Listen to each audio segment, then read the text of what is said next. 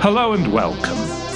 You are listening to an informed take on current events brought to you by law students and staff of Queen's University Belfast. This is LawPod.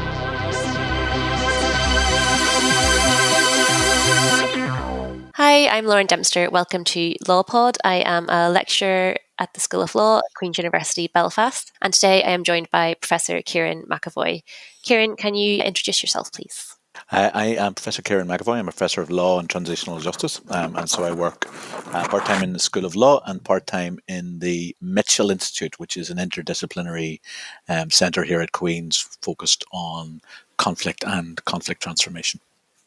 Great, thank you, Kieran. So the focus of today's episode is ex-combatants. So can we kick off? Perhaps could you tell us what is an ex-combatant? Well, ex-combatants, in transitional justice, when we talk about ex-combatants, normally what we're talking about are non-state actors who have been involved in armed conflict. Obviously, state actors, so members of the military, the police, intelligence services, may also have been involved in armed actions. But normally, the language of ex-combatants refers to the non-state actors. Interestingly enough, it's been quite a controversial term here in the Northern Ireland context. And so one would, in technical terms, those of us who work in the field of transitional justice would tend to refer to, for example, former Republican and Loyalist activists as ex-combatants. But for other members of the community, well, they should be just referred to as terrorists. So obviously that speaks to the bigger definitional wrangles. But anyway, for a transitional justice person, an ex-combatant refers to a former non-state actor who's been involved in armed conflict. Thanks, Kieran. So often ex-combatants are viewed as a significant spoiler during transitions from conflict. Can you tell us why that's the case? I think there's a number of elements to that. I mean, first of all, on a practical basis, if people have been involved in armed conflict over many years, as often people are, and they have picked up technical military skills along the way, they have access to arms, it is a significant managerial challenge when you are trying to promote a peace process. So thinking about how you're going to manage, often you could have groups of thousands and thousands of people who've been involved in armed struggle. They may well have been involved in violent actions and indeed be traumatized as a result of the actions they've been involved in. Often ex-combatants have themselves been on the receiving end of violence. I've interviewed ex-combatants in 10 or 12 countries, and almost all of them have, in addition to having inflicted violence, they have been on the receiving end of violence. They may have been tortured by state actors or indeed other non-state actors, so therefore traumatized as a result. They may have lost certain, skills, employment skills, all of those kind of stuff if they've been taken into armed groups as children, as indeed happens in many jurisdictions. They may have been lacking in a basic education. And so one can see why they present a significant managerial challenge for states or for international organizations like the United Nations, which are trying to promote a peace process. I've argued, however, that just seeing them solely as a managerial challenge, or indeed, as you put it, as spoilers, fails to capture the capacity of ex-combatants to be agents in a peace process and to be actually agents for good. And maybe we can chat a bit more about that. But I suppose from a managerial point of view, of course, they're seen as potential spoilers because they have experience of violence, because they have technical skills at violence. And therefore, if they are not sufficiently managed, there is always a risk that people may revert to violence. And that's obviously a challenge in any context. So that's why they're seen as spoilers in many places. It's largely a managerial perspective. Thanks, Kieran. And yeah, as you say, we'll come back to that point on the capacity of ex-combatants to contribute positively to transition a little bit later. To bring the focus for now to the Northern Ireland context, obviously, for any of our listeners who are not aware, we had a peace agreement, the Good Friday Agreement, back in 1998. So we're over 20 years on from that now, and yet we still have active paramilitary organisations here. Could you please tell us why you think we still have those organisations over 2 decades after the conflict came to an end? Well, it's a great question. It's a question that a lot of us ask. I think a lot of us ask it on a regular basis. There's a number of elements to it. So first of all, for organizations that were committed to the peace process. So a part of our peace agreement, as you know, involved prisoners being released early. So all prisoners belonging to factions that were supporting the peace process had their prisoners released within 2 years of the Good Friday Agreement. And so that meant that there were paramilitary organisations who were adjudged by the British and Irish governments as supporting the peace process, and actually they established a mechanism, the International Monitoring Commission, to verify whether or not organisations were in fact abiding by the ceasefires. So those organisations, and in this context I'm thinking of the Provisional IRA, the Ulster Volunteer Force, the Ulster Defence Association, two big loyalist organisations, and then there were smaller groupings, the Irish National Liberation Army, the INLA, and the LVF, the Loyalist Volunteer Force. So for the bigger groups, let's focus on the Provisional IRA. So the Provisional IRA formerly continued to exist actually after the agreement, and formally went out of business when Sinn Féin, its political wing, went onto the policing board and accepted the policing structures. So a prominent ex-combatant called Shana Walsh, long-serving IRA prisoner, made an announcement in effect that they were going out of business. So during that period, the IRA, Provisional IRA, in effect became a change management structure. It was transforming itself from a military organization into an organization focused exclusively on political means, people moving towards Sinn Féin, galvanizing support for Sinn Féin. Ex-prisoner groups were also heavily involved in this process, but it's a change management organization at that. And part of it continues to exist, if you like, because that process of management requires a leadership, it requires a structure. And so if the key issue on that with regard to that organization is what are its intentions, what were its intentions, are its intentions supporting of the peace process? Now, there are a lot of bumps along the road with that organization. For example, it is clear that the organization was still involved in a number of acts of violence against dissident Republicans, people opposed to the peace process, not against the state or not against loyalism, but against dissident Republicanism, still involved in acts of violence during that period of transition. So, and I think sometimes I've seen some journalists refer to this as, in Republican parlance, housekeeping, i.e. keeping their own house in order, keeping their own constituency in order. And so at some level, some of those acts of violence were framed by mainstream. I mean, they didn't admit that it was the IRA involved, but as supportive of the peace process, violence that is supportive of the peace process in that it is trying to keep a check on dissident Republican violence. There's also been allegations that the IRA has responded to threats or indeed attacks against its own senior members.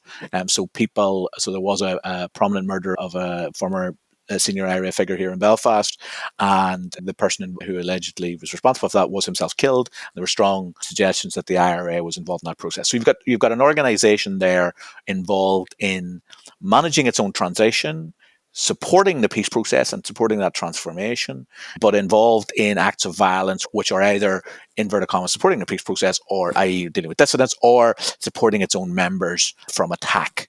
So that organization has broadly left the stage. I suspect that there still may be elements of the structure intact, but it has left the stage to all intents and purposes.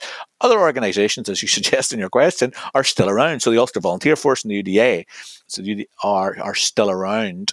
And the question does then become, well, why are they still around? This is a challenging issue, I think, for people like myself who've worked quite a lot with Republican and Loyalist ex-combatants over the years. I think broadly we would have been supportive of structures remaining in place in order to deal with that transition from conflict to non-conflict, because there's always a risk that if you don't have a structure in place, that actually alternative anti-peace process organizations, which there are on the Republican side, and elements of the bigger loyalist paramilitary organizations, arguably on the other side as well, they'll hoover up members.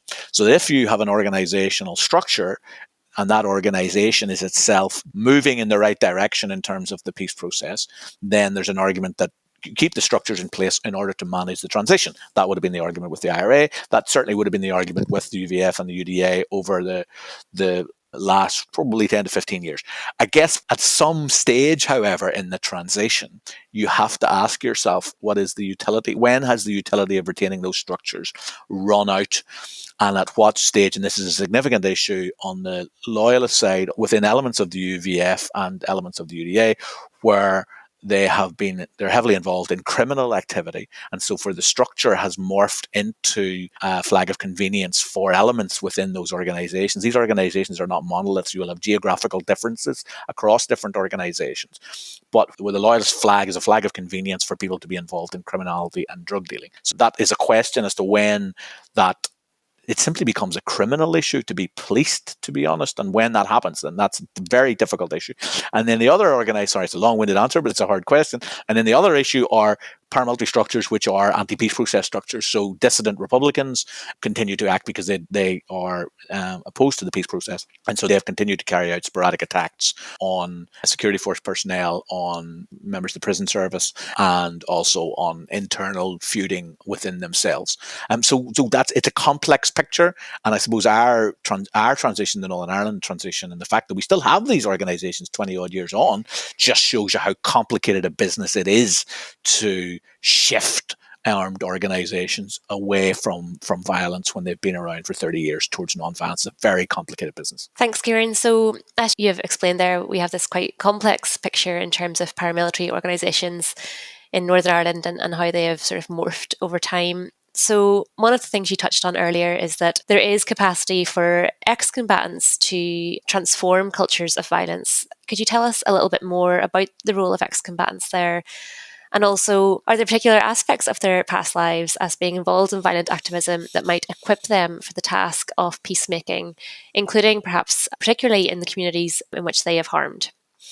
Yes, I mean, obviously one can't generalize, and the experiences of ex-combatants in one society might be different than another, and we can probably come back to that. But I can talk directly about the experiences here in Northern Ireland of the positive work of ex-combatants in doing precisely that. So when the Loyalist and Republican ceasefires were called in 1994, they were cessations of military operations, not of policing activities, as they referred to them. And what that meant was that in both of those communities, both Loyalist and Republican organisations were involved in punishment violence against alleged antisocial offenders in either community. And those actions continued. And so projects emerged on either side of the community, led and staffed by ex-combatants, which were trying to challenge cultures of violence. These projects were established originally as alternatives to punishment violence. They were based on the principles of restorative justice, which is non-violence, human rights compliant resolution of disputes through restorative justice, restoring relationships, and being based in local communities. So whereas previously people would have gone to the IRA or the UVF, which is the loyalist organisation that's involved in this, and sought vigilante justice from the paramilitary organisations. Instead, these projects would be involved in mediation and dispute resolution, non-violent.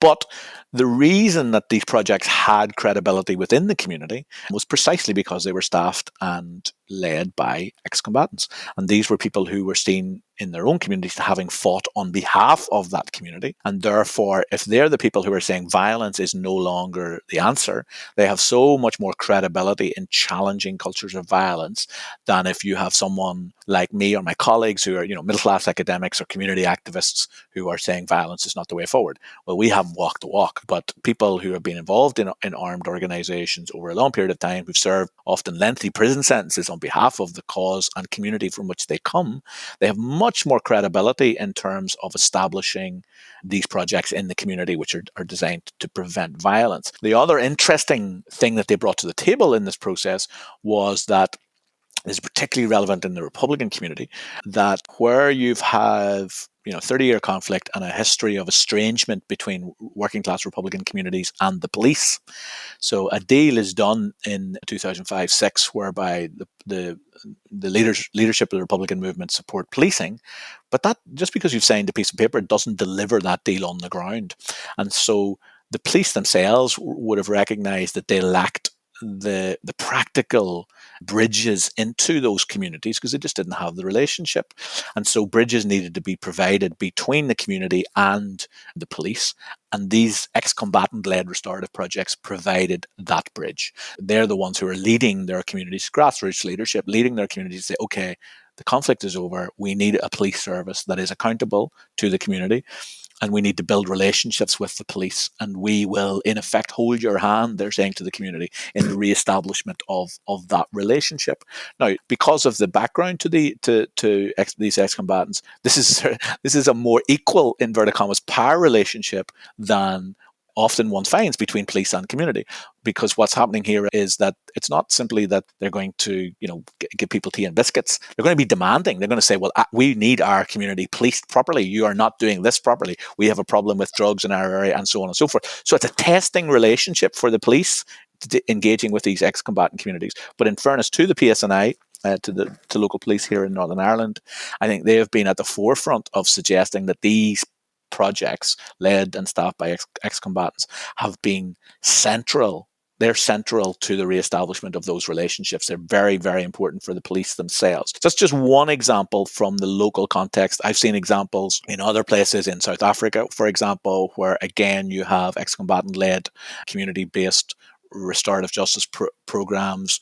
You're starting to see it now as well in Colombia. We've got former FARC members involved in similar reconciliation, peacemaking work. I think it comes from the fact that, number one, people who have made that genuine commitment to a peace process, and so they carry the credibility of having been involved in previous violence, but often actually as well, they carry a certain set of skills in terms of, knowing how to organize things, how to engage in negotiations. The leadership of the community restorative justice projects here will be very upfront that the skills that they learned in negotiations, for example, with the police and other statutory stakeholders, they learned them in prison because they were having similar negotiations while they were in jail. So this accepting that actually ex-combatants can be agents of conflict transformation, that they bring certain skills to the table, that they bring credibility often within communities, obviously depending on the nature of the relationship between the ex-combatant group and that community from which they come.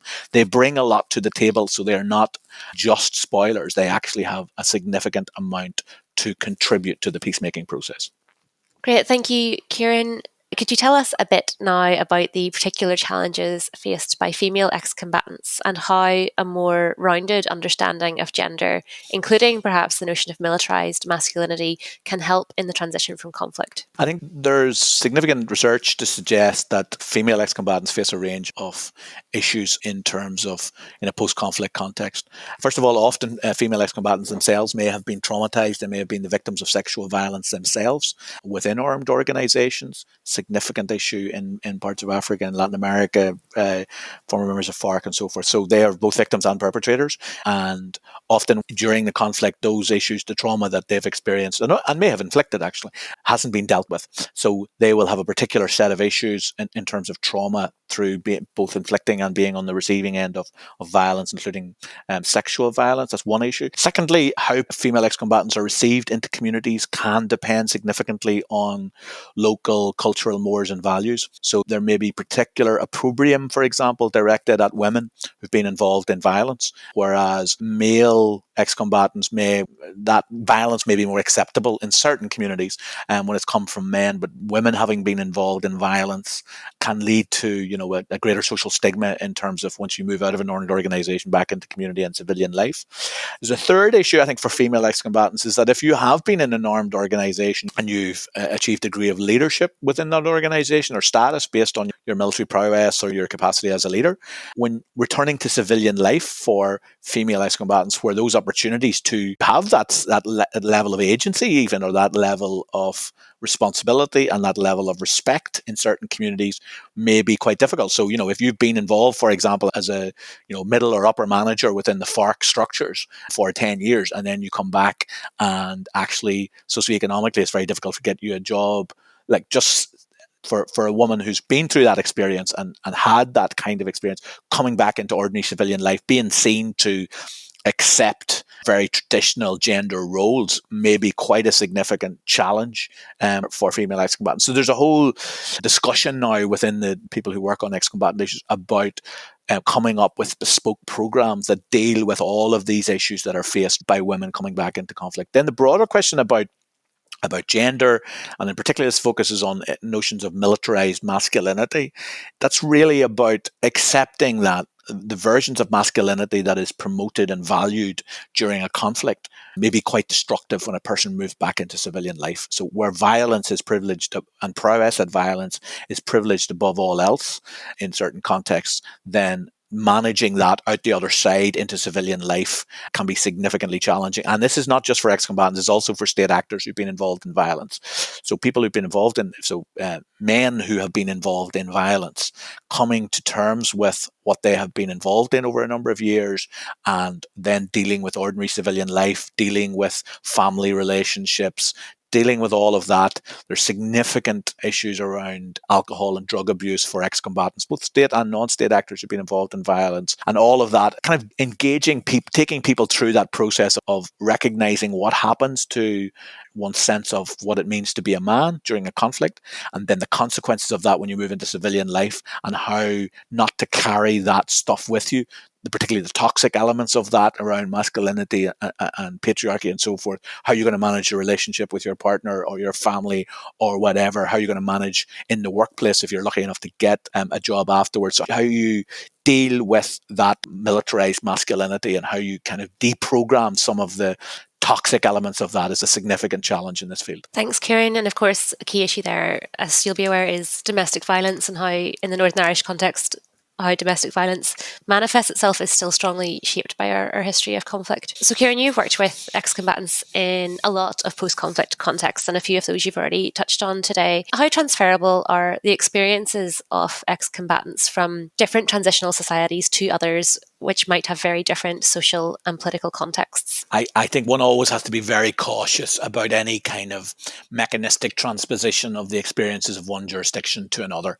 And certainly if I'm doing any comparative work, that's always the first thing that I'll say if I'm engaging with ex-combatants or civil society organizations, is be really careful of the person who arrives from overseas who's wearing a suit and tells you about their experiences and how much you should transfer from one context to the other. So with a significant degree of caution, I think is the answer.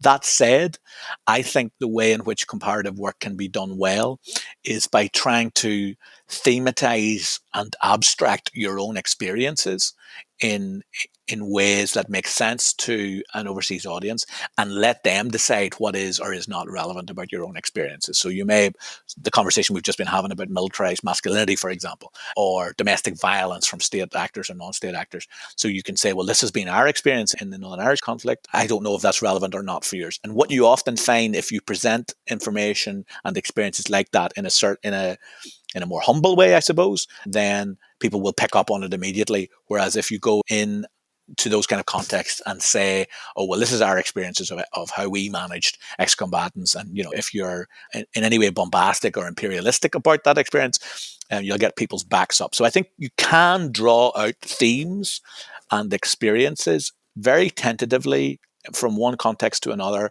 but it must be done in a way that almost lets your local interlocutors draw it out for themselves. You can kind of very gently put it out there and then let them kind of draw upon that experiences and see what is or is not relevant. I think that's the right way to do comparative work on ex-combatants, or indeed on any kind of comparative work on transitional justice. Thanks, Kieran. I have one final question. If we think about the Northern Ireland experience, sort of thinking back to the establishment of the Northern Ireland Assembly, like some of the sort of most memorable images of that time related to like the DUP's opposition to entering government with Sinn Féin. So you talked a lot earlier about how ex-combatants garner credibility at a community level. Can you say a bit perhaps about how those who have been formally involved in violence or linked to organisations that were involved in violence can garner legitimacy at that sort of elite political level? Yeah, I think that the Northern Ireland example is a very good one on that one. I mean, the obvious example for here is the relationship that was